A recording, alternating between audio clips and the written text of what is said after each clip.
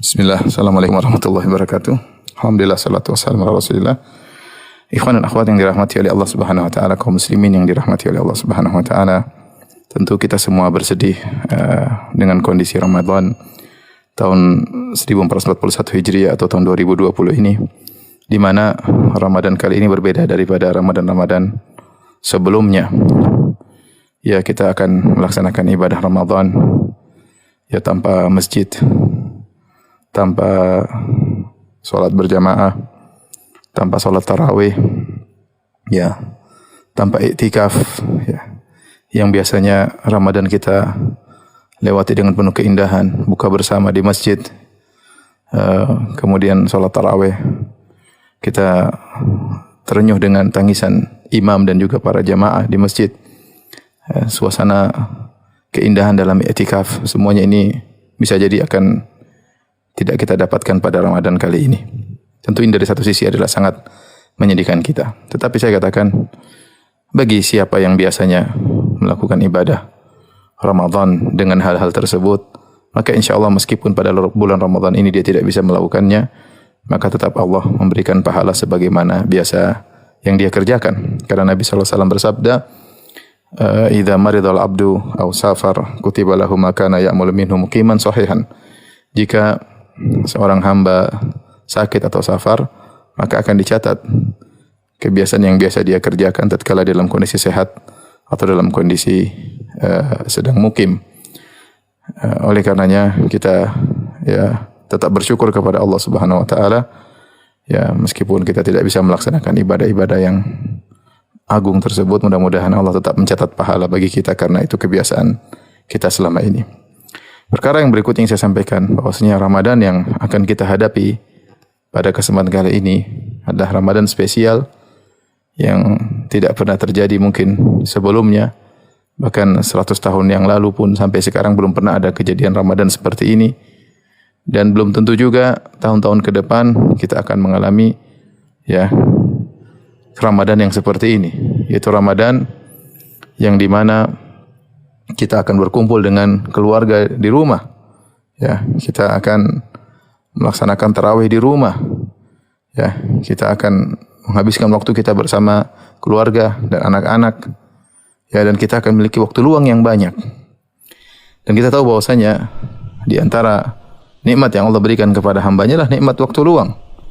Ya, kata Nabi SAW, nikmatani maqbulun fihima katsirun minan nas. Dua kenikmatan yang banyak orang terpedaya dalam dua kenikmatan tersebut, artinya tidak dimanfaatkan, lalai dari memanfaatkan dua kenikmatan tersebut, yaitu sehat wal faraq, yaitu kesehatan dan waktu luang. Dan bisa jadi sebagian kita pada Ramadan ini terkumpulkan dua kenikmatan tersebut dalam kondisi sehat, memiliki waktu luang yang banyak, ya. Yang biasanya kerja di luar rumah harus masuk dalam kemacetan di kota Jakarta atau yang lainnya, maka dia tidak akan mengalami itu semua.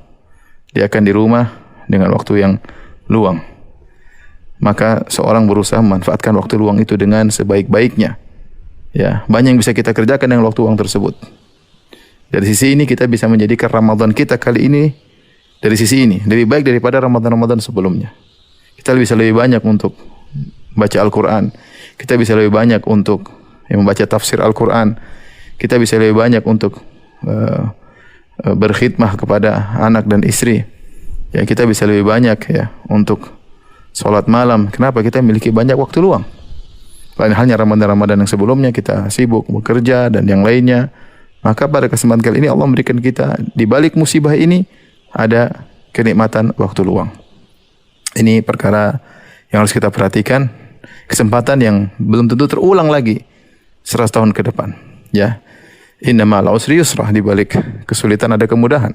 Saya katakan di antara hikmah yang Allah berikan kepada kita, artinya di bulan Ramadan ini kita banyak di rumah. Oleh karena jangan sampai waktu luang ini kemudian kita habiskan untuk hal yang tidak bermanfaat. Ya. Kalau kita keluar rumah, kita akan lihat macam-macam di jalan. Banyak maksiat yang mungkin terlintaskan di mata kita. Banyak kemaksiatan yang mungkin terdengarkan oleh telinga kita. Ya. Banyak hal yang kita lihat yang memancing kita untuk banyak berkomentar yang tidak bermanfaat. Maka pada kesempatan kali ini, ya, tatkala kita diberi waktu luang, maka gunakan sebaik-baiknya. benar-benar kita dekatkan diri kita kepada Allah Subhanahu wa taala. Kemudian perkara yang terakhir yang saya sampaikan.